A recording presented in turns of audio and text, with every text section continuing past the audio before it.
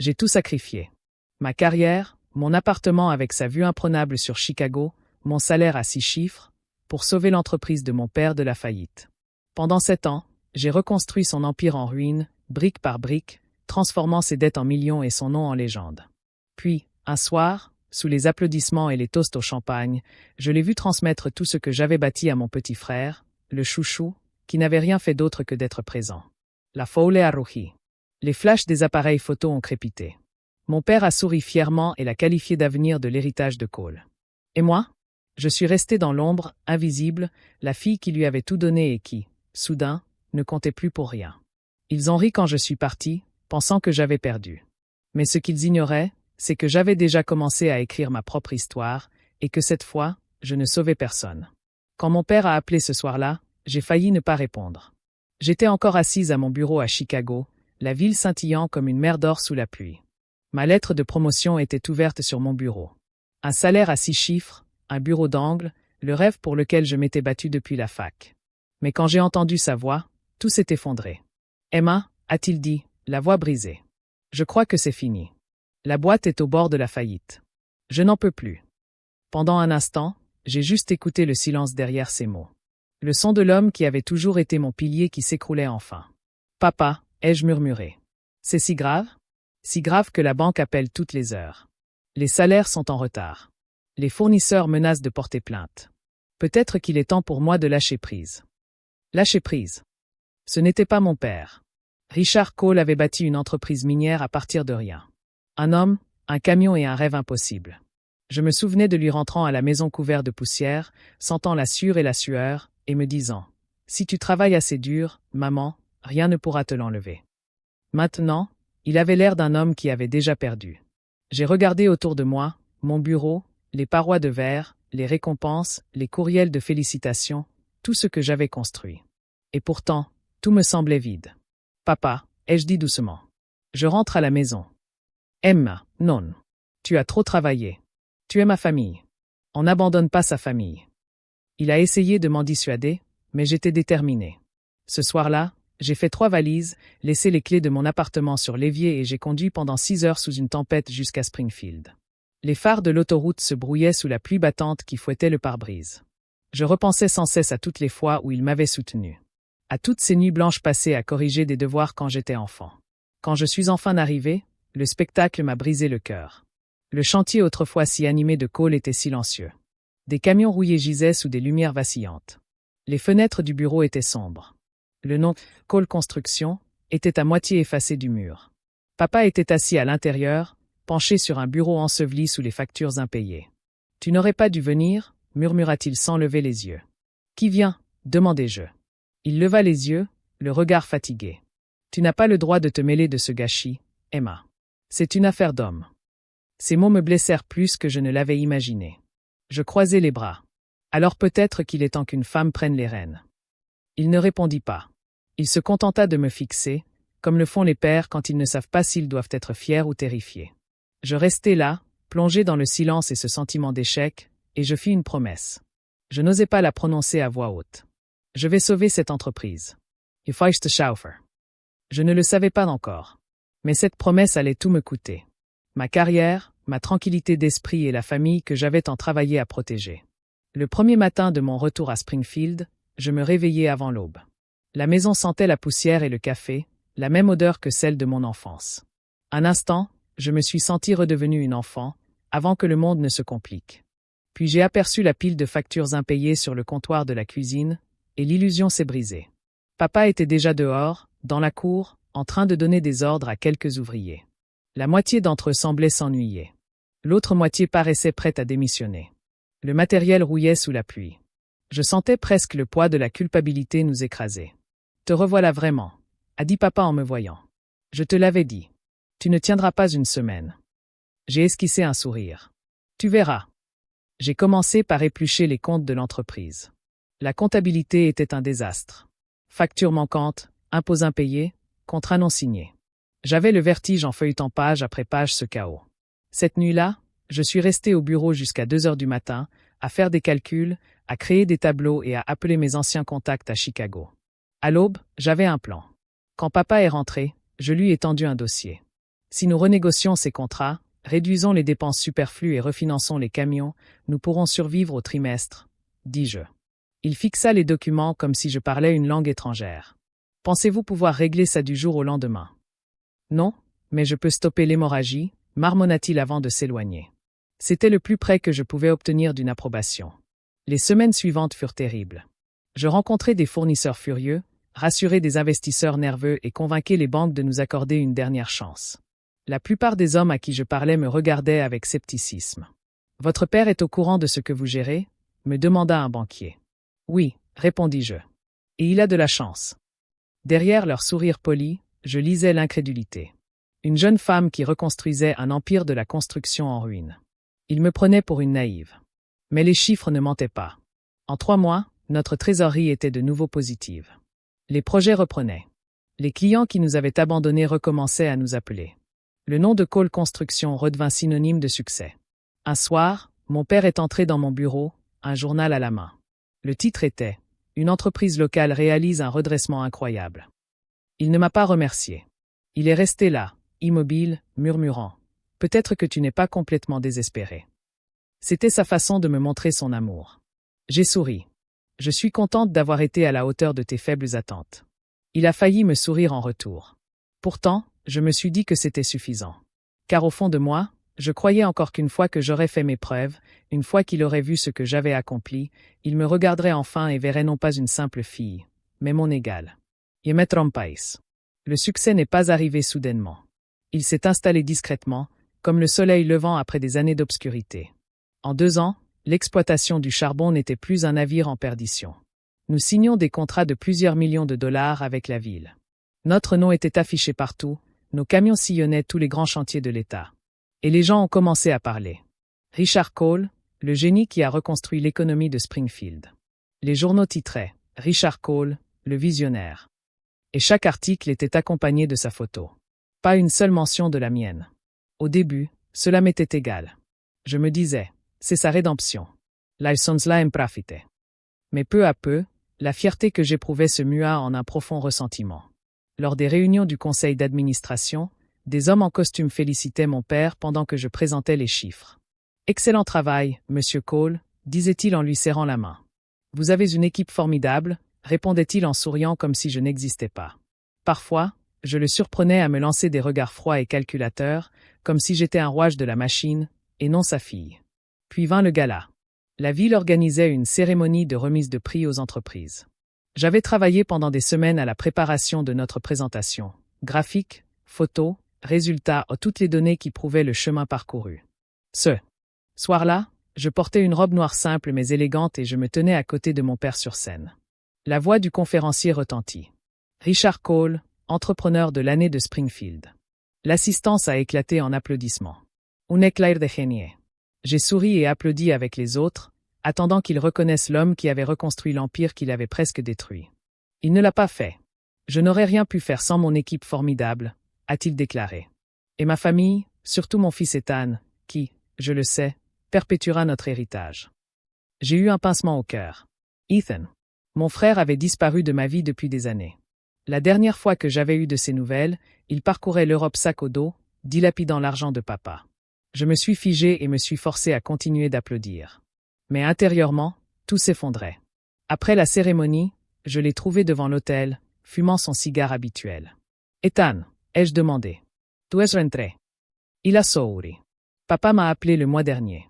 Il a dit que l'entreprise marchait très bien. J'ai compris qu'il était temps de rentrer. Bien sûr, ai-je murmuré. Quand papa nous a rejoints, sa main s'est posée fièrement sur l'épaule d'Ethan. Ton frère a le sens des affaires, a-t-il dit. Il apprendra tout sur le tas. Je l'ai fixé du regard. Le père que j'avais sauvé et le fils qui n'avait rien fait de mal. Tu crois vraiment qu'il est prêt? Demandai-je doucement. C'est la famille, répondit papa simplement. J'eus envie de rire, mais un soupir m'échappa. Ce soir-là, en rentrant, je me regardais dans le miroir. La femme qui me fixait n'était pas fière. Elle était épuisée. J'avais bâti un empire pour mon père.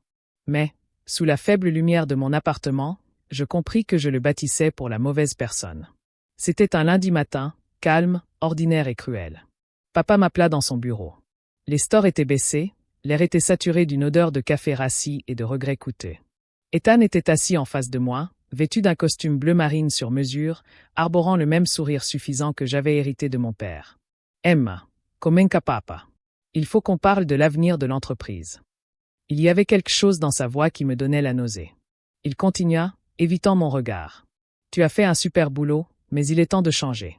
L'entreprise a grandi et on a besoin d'un nouveau départ. Je le fixai, interloqué. Un nouveau départ? Qu'est-ce que ça veut dire? Ethan se rassit et croisa les bras.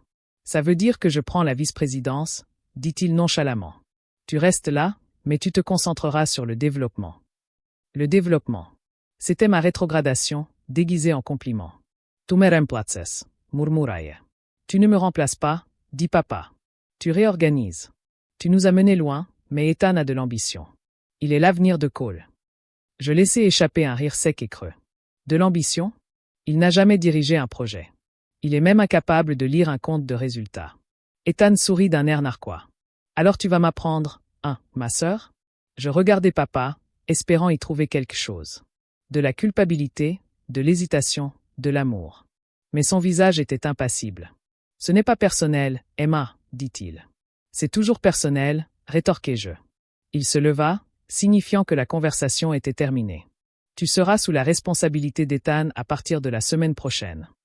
J'avais envie de crier, de jeter quelque chose, de lui faire comprendre ce qu'il faisait, mais je ne parvins qu'à respirer.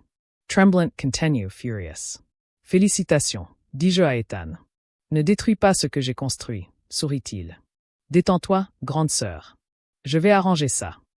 Je quittai le bureau avec un sentiment de soulagement, comme si j'avais laissé une partie de moi-même derrière moi, celle qui croyait encore que la loyauté comptait. Ce soir-là, je trouvai papa dans l'atelier, en train de réparer une vieille horloge.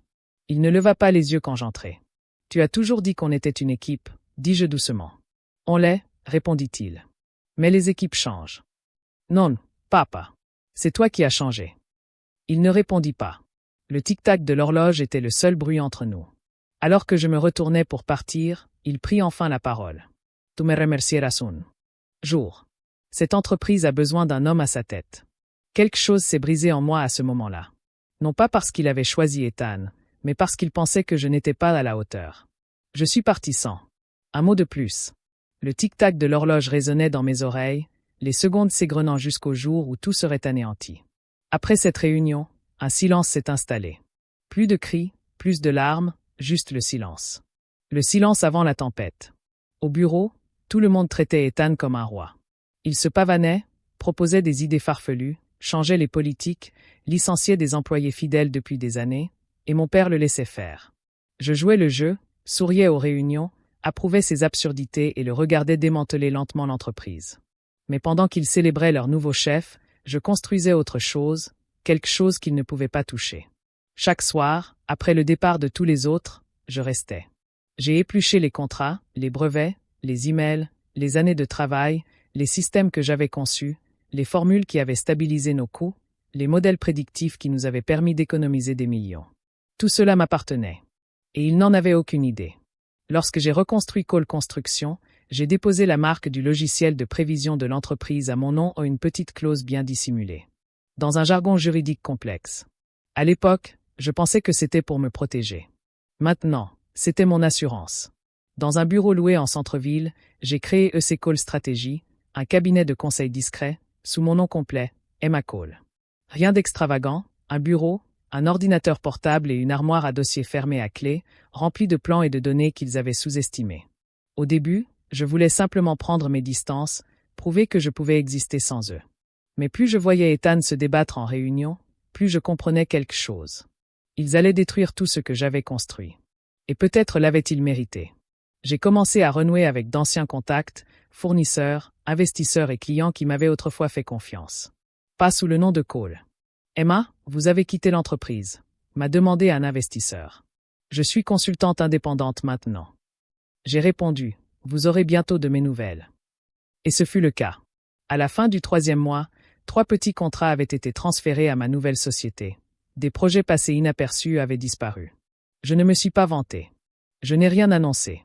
J'ai simplement travaillé. L'ego d'Ethan, lui, grandissait. Les chiffres chutaient. Papa attribuait cela à la volatilité du marché. J'appelais ça le karma.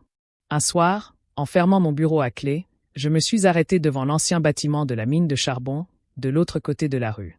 Les lumières étaient encore allumées, mais je savais ce qui allait se passer. Ils pensaient m'avoir tout dépouillé.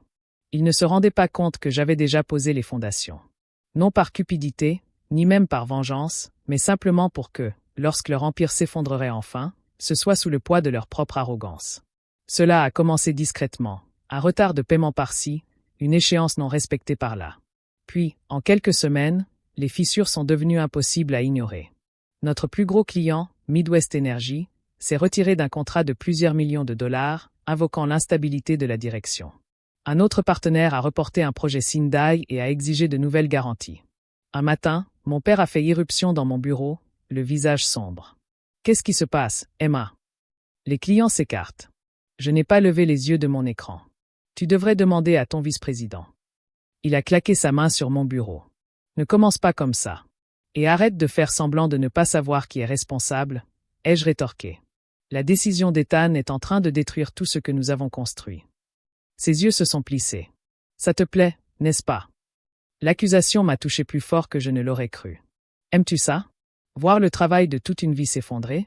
Je ne voulais pas ça, ai-je dit doucement. Mais toi, si. Dès l'instant où tu m'as remplacé, c'était inévitable. Il est parti sans un mot de plus.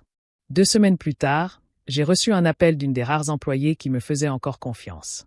Emma, a-t-elle murmuré. Tu devrais savoir qu'Ethan vient de signer un contrat d'investissement avec une société de Chicago.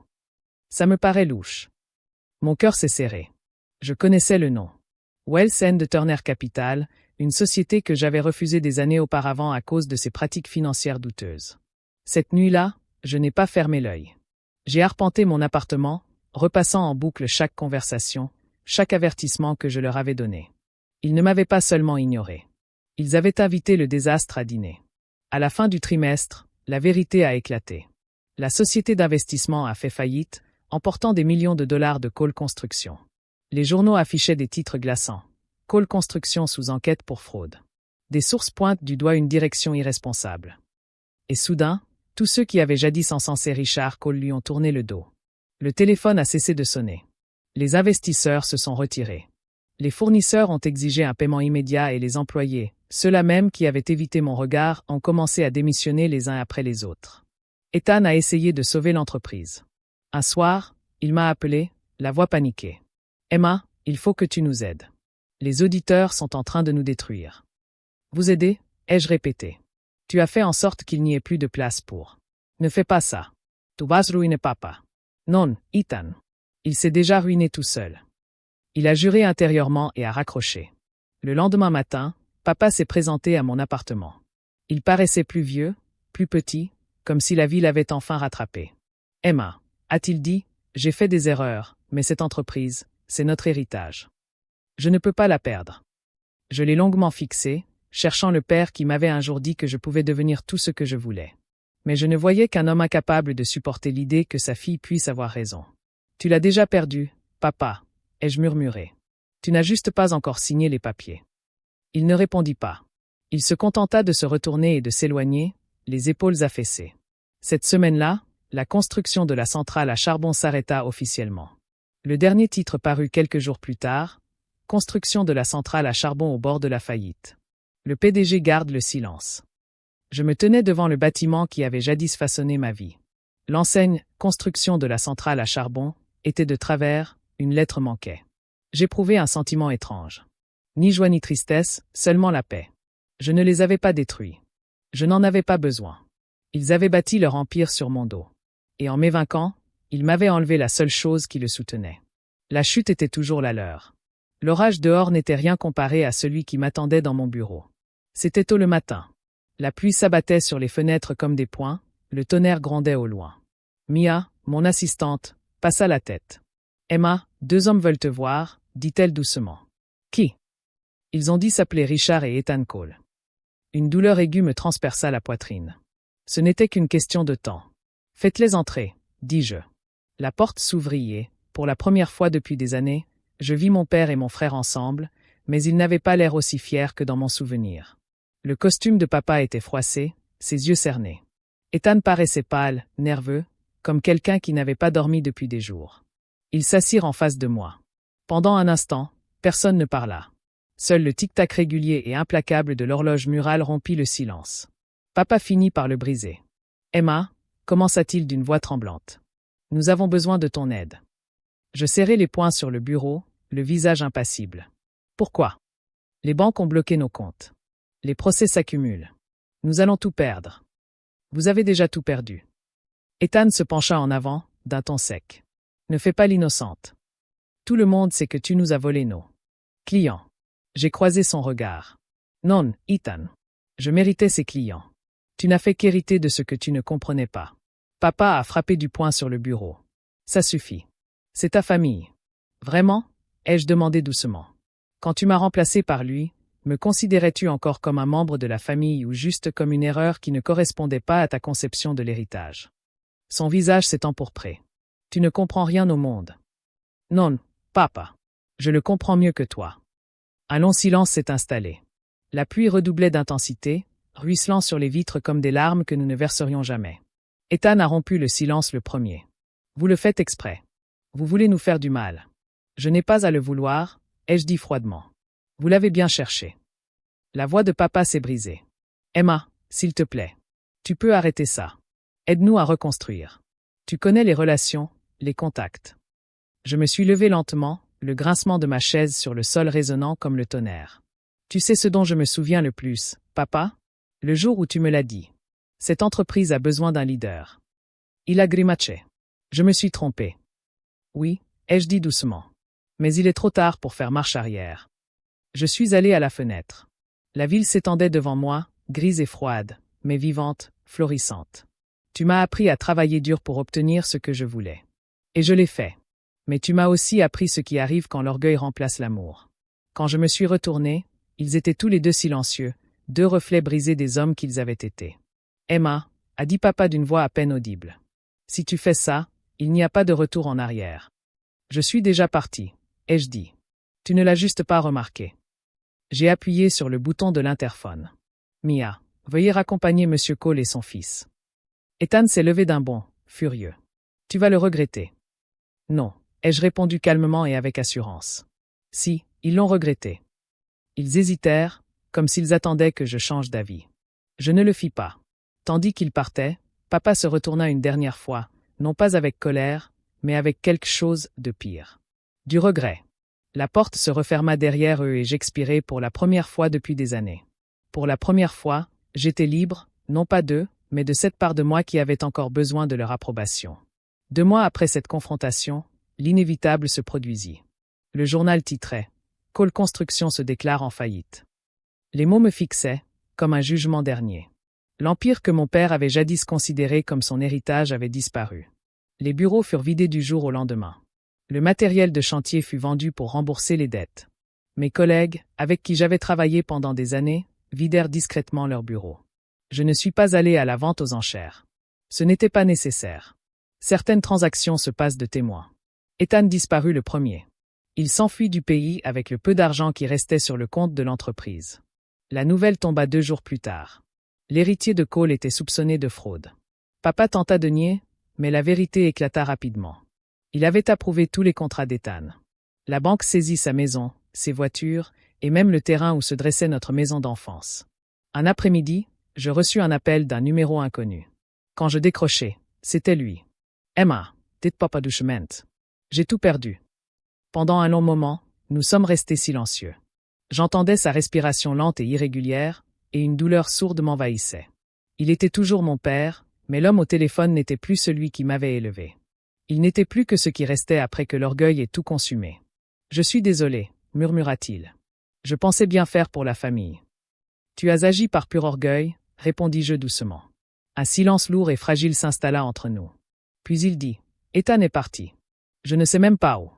Tu as toujours été la plus forte, Emma. C'est toi qui aurais dû prendre la relève. » C'était l'excuse dont j'avais rêvé, mais maintenant, elle ne guérissait rien. Elle résonnait simplement. « Ça n'a plus d'importance, papa, » dis-je. Dowsement. L'entreprise a disparu. Le nom a disparu. C'est peut-être mieux ainsi.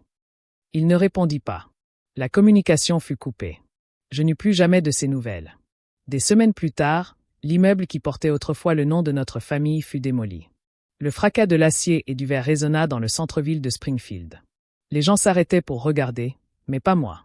Je restais de l'autre côté de la rue, caché derrière une rangée d'arbres, et murmurais « Au revoir ». Ce n'est pas la vengeance qui m'a apporté la paix. C'est la vérité. La vérité que j'avais fait tout mon possible, et que parfois, la seule façon de gagner est de s'en aller. Au cours des mois suivants, EcoStratégie a prospéré. Les clients que j'avais jadis défendus avec ferveur au nom de mon père venaient désormais me voir librement. Je ne me suis pas vanté, je n'ai pas fait de publicité. J'ai travaillé simplement, discrètement et honnêtement. Un matin, en entrant dans mon bureau à Chicago, Mia m'a tendu une enveloppe. Il n'y avait pas d'adresse de retour, m'a-t-elle dit. À l'intérieur se trouvait une lettre manuscrite, l'encre tremblante et irrégulière. L'écriture de mon père. Emma, je n'attends pas ton pardon. J'espère seulement que tu vivras la vie que tu mérites. Je comprends enfin que l'héritage n'est pas une question de sang. Il s'agit de ce que l'on construit avec intégrité. Je t'ai déçu, mais je suis fier de toi. La feuille de papier tremblait entre mes mains. Pour la première fois depuis longtemps, je me suis laissé aller à pleurer, non pas de colère, mais de soulagement. J'ai plié la lettre et l'ai rangée. Je l'ai rangée dans mon tiroir et j'ai regardé par la fenêtre. La silhouette de Chicago scintillait sous la lumière du dimanche matin. La justice n'était pas née de la vengeance. Elle était née du silence, du refus de mener une guerre que le temps finirait par gagner pour moi. J'avais perdu ma famille, certes, mais j'avais trouvé quelque chose de plus grand. La liberté.